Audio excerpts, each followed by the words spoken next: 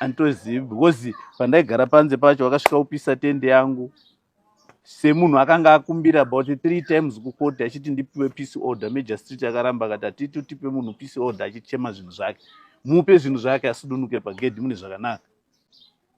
But paakaona kuti zvaramba that idea ndo paakazoplana yekuita sei, yekuuya nevanhu vake akapisa tende yangu. Jeji, uyu akapisa tende uyu ndiano? Iroja rake, ishamwari yake, ndo yaikumbira iye pachezvake. My ex-wife ndiye aikumbira ukoti kuti dai ndapiwa peace order ndibude pagedhi. Handiti? Saka ndokuramba kwazvakaita. Kuramba kwakaita Magistrate kuti hazviiti kuti tibvise munhu pagedhi usina kumupa zvinhu zvake. Tanga wamupa zvinhu zvake, murongedzere zvinhu zvake umupe, anoenda. Handiti? Saka paakaona zvaramba ndo paakazotumira vanhu vake kuti chindai munopisa tende. Makadi baba?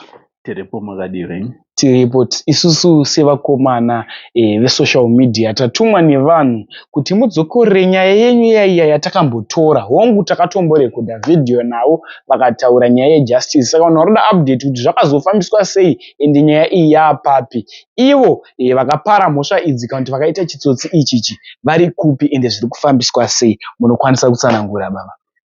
Ndingati kuti hapana, nanhasi ndozvazve. Pazvainga zviri last year nepazvainga zviri last month up to now. Otherwise ndofunga zviri kutoenda wese because kana usina mari hapana chiri kubuda. Hapana, tototi zero.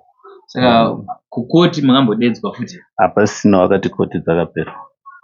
Zvakatovharana zvakanaka. Zvakatovharana. Because vari kuti koti, koti yakadecide, kana high court yadecide hapana chavachagona kudini kutaura, vanongotarisirawo zvinobva ikoko. Saka kuti uenderere mberi zvinenge uchida une mari, kana usina mari hakuna mari. Ende lawyer racho raunowana racho meno handichatozivi.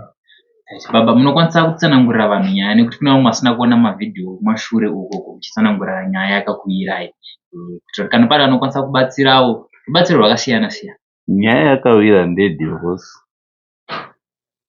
Mukadzi mushure aziva kuti ndawanikidzwa, handiti ndiri kumafaro nokuti ndandisashandiri munhu, ndaishanda out. Saka iye akaona kuti ndozvaitika izvi. Pandakazoti ndabuda akati chance ndokuenda kukoti ndokunopula mapepa acho kuti itai faster judgment ingaitwe, ini ndisipo. Yaitwa judgment ndobva washare property, ini ndisipo. Ini ndozongoerekana ndaakupuwa zvinhu zvaakatengesa kare. Handiziti kana judgment yacho pawaijaja zvinhu pawaida hongu muchato maybe anga awana somebody anoda kugara naye. Asi kupa zvinhu pasharing property. Ende chandoziva panofanira kuti imimi munofanira kubvuma kusaina divorce paper. Handina chandakasevha nacho, handina chandakasaina, asi muchato wakadini? Wakadimurwa. Izvozvo zvakafanana nemotikari. Ford Ranger iri kunzi iri kubwera. Yaane rimwe bhuku re2010 of which ukatarisa ADR 2010 yanga isati yava CVR, but iri kunzi motikari iri kufamba. Ndiriona. Saka kuti uzvitarisise unongoona kuti hapana kwatiri kuenda, takadya mari yebhasi. Saka imimi pakugoyiwa kwezvinhu makapiwa uchi? Ndakapiwa imba yekubudiriro neNorton. Of which imba yekubudiriro value 30,000. YekuNorton 26,000. Handiti? Zvoita mari 58,000. Imba yekuWaterfalls oil tombo 380,000. Mota dzaakandipa dzacho inini already anga akadzitengesa kudhara. Handiti? Zvaanga akadzitengesa iye ndo dzaakasheya kuti ndo dzangu inini. Ndouya ndotsvaga vanhu vakatengeserwa, ndawawana. Ndoendesa kukoti zvikanzi aiwa toda mawitness. Ndatsvaga mawitness acho asaina maaffidavit. Taenda nawo kukoti, wazvimirira wachizvitaurira oga pamberi pamajistrate. But nenyaya yekuti mari inenge ichitonga pamberi, zvikanzi aiwa haana mhosva. Chataida kungoziva kuti akatengesa mota idzi ndiani, ndibaba here kana kuti ndamai. Only that ndo patati chida chete ipapo. But zvakanzi aiwa mawitness ari kutaura ndakatengeserwa naamai because baba vangu vasingi muno muZimbabwe. handiti zvavanga vasiri munomu chii chakaitika aiwa ndakangoendawo ndichinoita basa but ndobva ndachiwa motikari ndobva tataurirana naamai for sure dzakatorejiswa naiwo muzita rake handiti saka dzakamuitira nyore kutengesa ndo dzaakazondisheya idzodzo kuti ndo dzako chinhu chakatengeswa 2015 ne2014 but ndo dzandakapiwa inei chinhu chisitoripo. Ndakanzwa muchiti imi mune mapapers ezvinhu.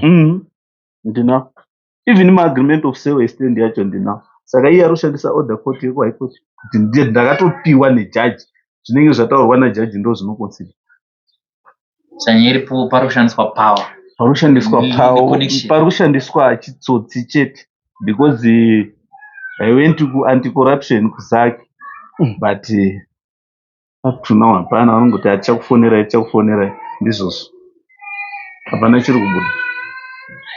Alright, ko vana vari kupi? Ndakanzwa muchiti wana ndinawo mumwe akaroorwa mumwe ari kubasa mumaputo mudiki wacho nditogara naye pano ende haasi kucheuka vana. Ko nyoka yakambochengeta vana wakamboona nyoka ichiyamwisa? Hakuna nyoka inoyamwisa, inongozvara yasvikira poison zvatopera. kuti naundoziva kuti zvinogona kuti kaunana baba asi mai vakamwe mwana.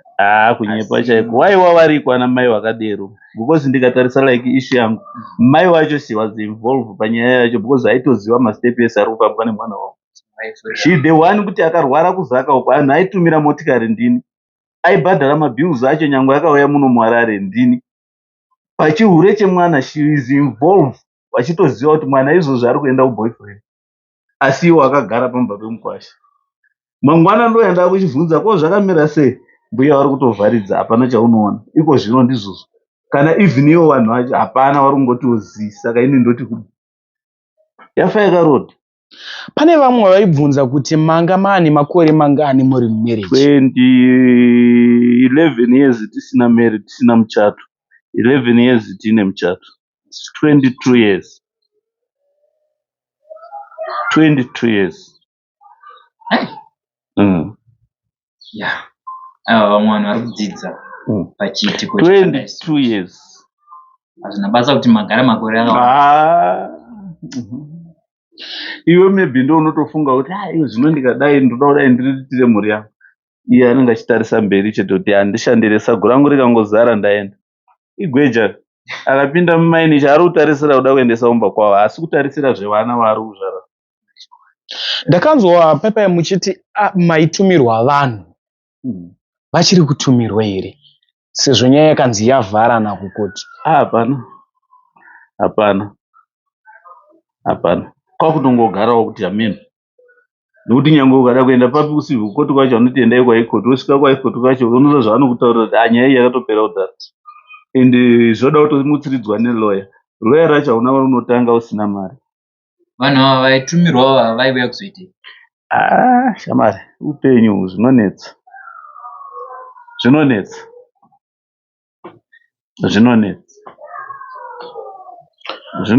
because kana iwe uchinzi bhutsu yawakapfeka iyo ndeyangu aiwa bhutsu ndiri kuizviwa ndakaitenga mushopu yakati ndii ndakatoitenga but munhu arototi iwe wakatoitenga ikoko zvino izvozvo hakuna izvozvo nditori nayo ndii ndakatoipfeka ndeyangu ndo zviri kuitika ipapo.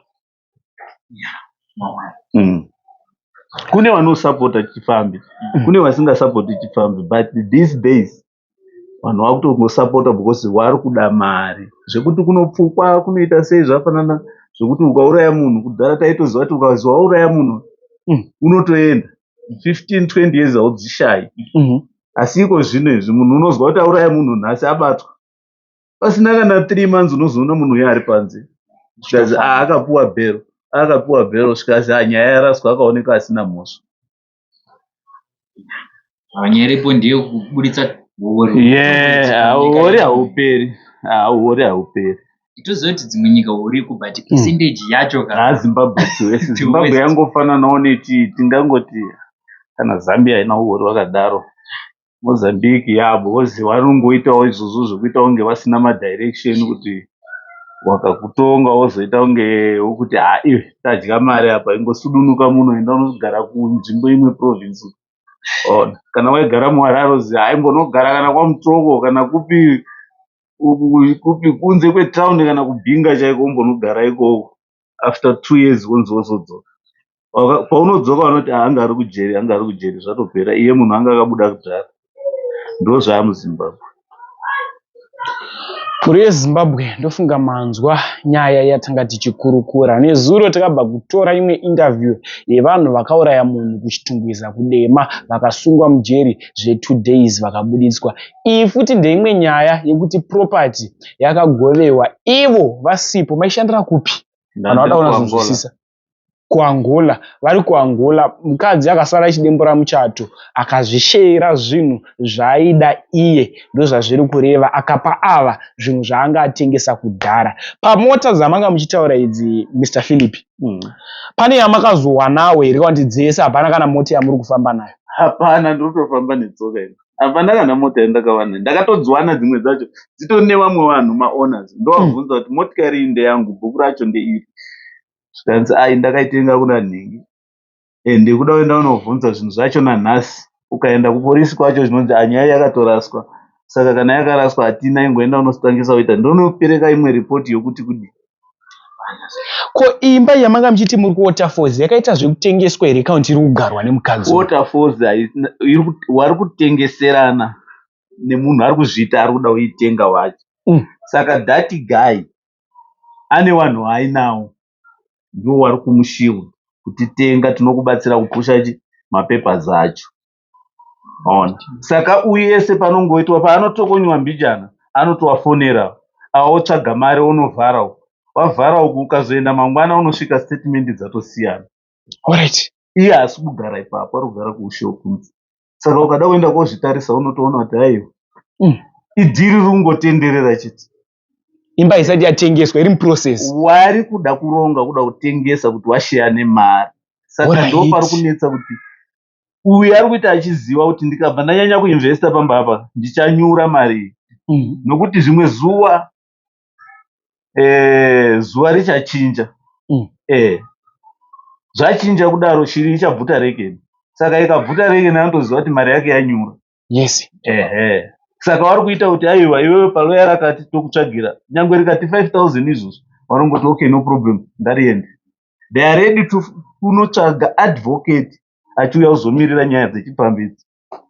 Dzemunhu anotoziva mabasa ake kuti inini ndiri criminal, inini ndiri munhu akaipa, ndakatotadza ndini, but ndinoda kutora kuti mhosva yangu isare kwauri iwewe. Yasara kwauri iwewe ndio uchapika, inoenda pasi. Alright. Saka mamiriro akaita zvinyima mutokwanisa kugara muimba iyoyo. Kana dai ndaibvumirwa kunosvikapo zvanga zviri nani. Kubvumirwa ndobvumirwa zvangu, kuti ungoendawo just for a visit ndinosvika, because handina peace order. Asi unotozongoona vega kuti aiwa zviripo panapa. Mamiriro akaita izvi ndeizvi. Ende munhu wacho akatenga wacho anonyepa kuti muinnocent, because innocent haafi akasapota mbavha. Pfambi inosapota imwe pfambi, tsotsi rinosapota rimwe tsotsi. Ndosaka vachizomhanyira kuti ngatitsvage magweta. Tatsvaga magweta acho ka, but those mazhinji wacho imbavha dzega dzega, because waripo pokuda kungokubira mari, akangokubira mari iye zvapera. Handizivi kuti kana kune mamwe mabatsiriro maybe, but noti aya atiri kuona iko zvino izvi, aiwa forget, aiwa kunyemberana chaiko. Zvinhu zviri pachena. Hakuna muchato, bva ndagara ndichizvarwa. Handina umbonzwa muchato wakadimurwa mumwe asipo. Handiti. Handina umbonzwa property yakashewa mumwe asipo. But izvi zvakatoitwa zvese zvikatopera. Ende rafu yacho yekuti iwe unotoratidzwa kuti motikari yako iyoyo, woenda nebhuku kuti motikari yangu iyi, bhuku racho riri pano. Asi unozonzwa kuti aiwa ora tichozona mangwana acho mutozosvika wotsvaga munhu uyu atochinjwa patore nemumwe akutoti izvi handizvizivi, takutotanga panyuwani. Kutanga panyuwani vachitonzi aiwa zvakaitwa navakuru tingazvidi, isu hatina zvatinoita, zvotomira zvakadero. Alright.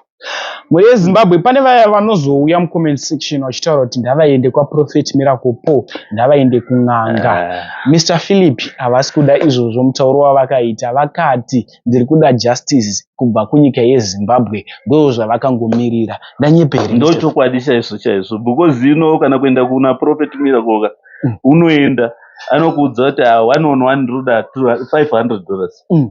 Waitei ne$500 acho? Ini handisi kuenda kubasa izvozvi, ndiri pauroorwa. Ndaenda ndiri kubasa it was of course ndaiziva kuti ndinogona kuprija because makasa, but kana usiri kuenda kubasa manje hazvibudi.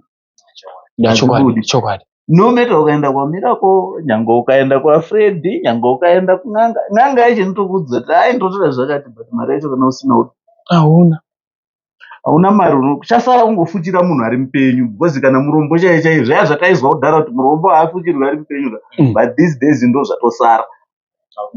Kungotora kuti iwe uri murombo ungotorwa kunzi haisai mukofini ngaaende osvika uko kocho zivo ofuchirwa zvatopera, because hauna word to say. Justice hapana. Nodai pane justice ka? Aiwa, zvinhu zvakadai zvakapera kudhara izvo. Muri yeZimbabwe ndofunga manzwa nyaya yamanga muchida kunzwa, yakatumwa nevamwe kuti hatirare dzokera kumba kwaMr Philip unotora nyaya uye nayo tauya nayo sezvairi. Mr Philip, mashoko enyu ekupedzisira muri yeZimbabwe munoda kuti chii? Ndinotenda hangu kune vanodawo kubatsira. They are welcome.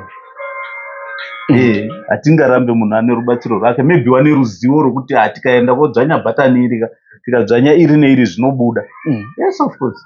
Vose chandinodai justice. Handisi ndini ndakahura re. Pandaishandawo makadzi wanga warikowo, makaradhi, maindia, marungu, chii wanga wariko. And kuna vanhu vanoziva, like ukataura zvekukabhuvhebhi kupraya aiwa. Ona. But ndaimira ndichiziva kuti ndine munhu wangu, ndine wandakamira naye mukoti number 1 paRotten Row, ndikasaina kuti murugare nemumatambudziko tinenge tiri tese. Handiti saka nhasi uno ini ndiri kuenda kubasa, ndiri kuedzerwa ndiri kubasa, iye ari kuedzerwa achienda unoita machikichori nemaboyfriend. Wotorana nemaboyfriend yake uya wopinda mumba macho. Ona. Iwe hausisina basa. And mai wacho nenzodzidzi dzacho vanga vachizviona. Wotosirwa agadzikirwa koti, wotofara maita mkwambo, maita akutonwa koti iya. Ndimazvona. Saka iko zvino iwewe kana wakajaira kurya zvekuba, wachangoramba wachingodya zvekuba because zvinhu zvawakadini? Zvawakajaira kare. Maybe ini ndinditori mumashure because ndandisingazivi kuti ndo zvine vanhu ava.